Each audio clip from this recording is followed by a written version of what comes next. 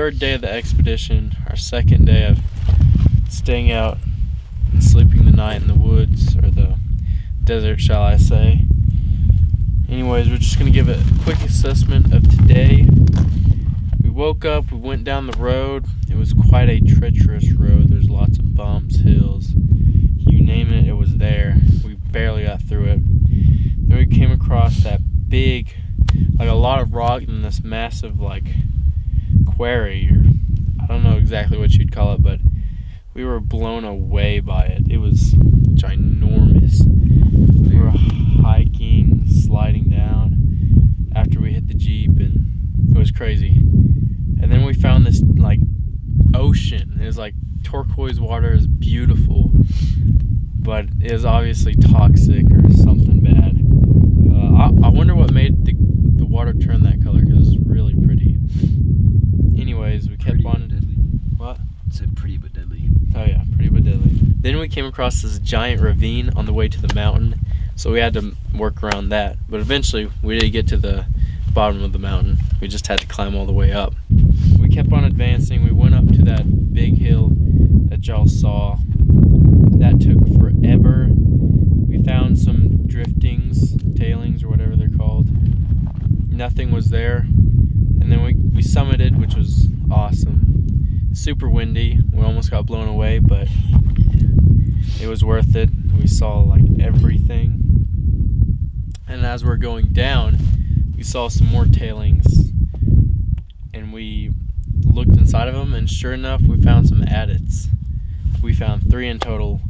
2 of them, the first one was pretty nice. It wasn't huge, but it was all right. We found a giant tunnel going down. Who knows what that was used for. And then we found another one, another adit, not that exciting. And then the last one was really hard to squeeze into, but it was even worse than the last one.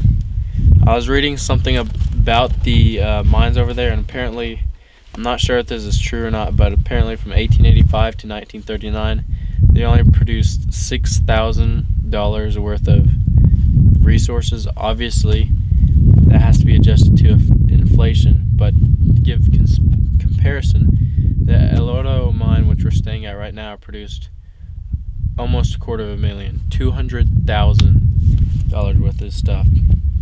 Anyways, after we exited the adits, we went on to this giant like concrete jungle. Yeah. Like a little city of concrete. Yeah, it was massive. It was really run down. I have no idea the year on it or anything. I really want to do more research, because it looked abandoned for at least 40 years, probably the 80s when it was abandoned. Then there's those 2 adits. We went to the first one. It was full of water, and there's no way we could get through. I mean, I'm just curious to what was like inside of that, like how deep it was, because that's all filled with water now. It's crazy.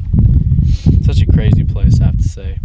We didn't even bother going to the second portal because we ate tuna or whatever, or sardines, and they were not making our stomachs feel well, so we just went back to the Jeep, and luckily got the Jeep out of our little hiding spot and headed back here to make up camp. So yeah, it was a pretty nice day, and I'm looking forward to tomorrow. I guess we'll do some drone footage over there if we can, if it's not too windy, and we'll try to look at any other tailings for adits and stuff like that. So yeah, hopefully we'll have a good night's sleep, and we'll wake up early, and we can do some more searching and find some cool things, and maybe even move to a different region by tomorrow. But who knows? Our spring break got extended by another week, so we can add a day or 2. So yeah, I'll have to see you guys in the morning. You have anything to say about today?